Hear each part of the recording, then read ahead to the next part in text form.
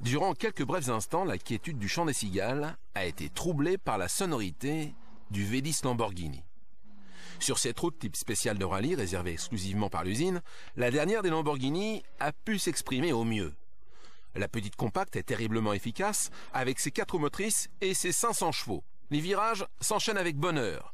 La Gallardo se place facilement, la direction est précise et la sélection des vitesses parfaitement guidée par la grille.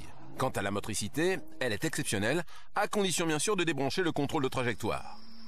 La gestation de la Gallardo a été longue, mais le résultat est à la hauteur des espérances. Cette voiture offre sur le papier toutes les qualités pour enfin rivaliser avec les voitures rouges au cheval cabré. Ses formes sont agressives, anguleuses, la finition parfaite, très germanique comme les essuie-glaces dernière génération. Lamborghini ne nous avait pas habitués à avoir une voiture aussi compacte. On ouvre le capot et qu'est-ce qu'on trouve? Un coffre réduit à sa plus simple expression et bien évidemment, il n'y a pas de roue de secours.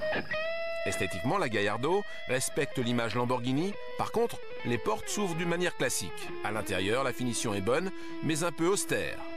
On voit bien là le signe de la présence d'Audi, propriétaire de la marque, depuis 1998. Alors à votre avis, qu'est-ce que je cherche? Eh bien, c'est l'ouverture pour le capot arrière. Bouton magique. Et on va découvrir ce V10, donc de 5 litres de cylindrée, qui développe la bagatelle de 500 chevaux. Miam miam. Plus mélodieux qu'un V8, mais moins sonore qu'un V12, le V10 offre un bruit assez rauque à bas régime pour devenir rageur dans les tours. Sur route, la commande d'accélération directe électronique vous incite à utiliser la puissance et le couple phénoménal du V10 moderne. Avec ses 5 litres de cylindrée et ses 4 soupapes par cylindre, il manque par contre un peu de répondant à bas régime, mais devient carrément impressionnant dès que l'aiguille du compte-tours frôle la zone rouge. J'ai apprécié la position de conduite, bien calée dans le siège baquet, les commandes sont précises. Notre modèle disposait d'une boîte classique avec la grille symbolique. Vous pouvez bénéficier, si vous le désirez, de commandes de vitesse au volant, moyennant 8 000 € supplémentaires, histoire de profiter encore un peu plus de cette fabuleuse 4 roues motrices, différente de la Murcielago. Je suis toujours été pour les 2 roues motrices, parce que je préfère, on a toujours préféré, et on a l'habitude de rouler avec une voiture de sport avec 2 roues motrices. Alors, faisons un petit retour en arrière avec des voitures qui ont fait rêver des générations, comme la célèbre Countach.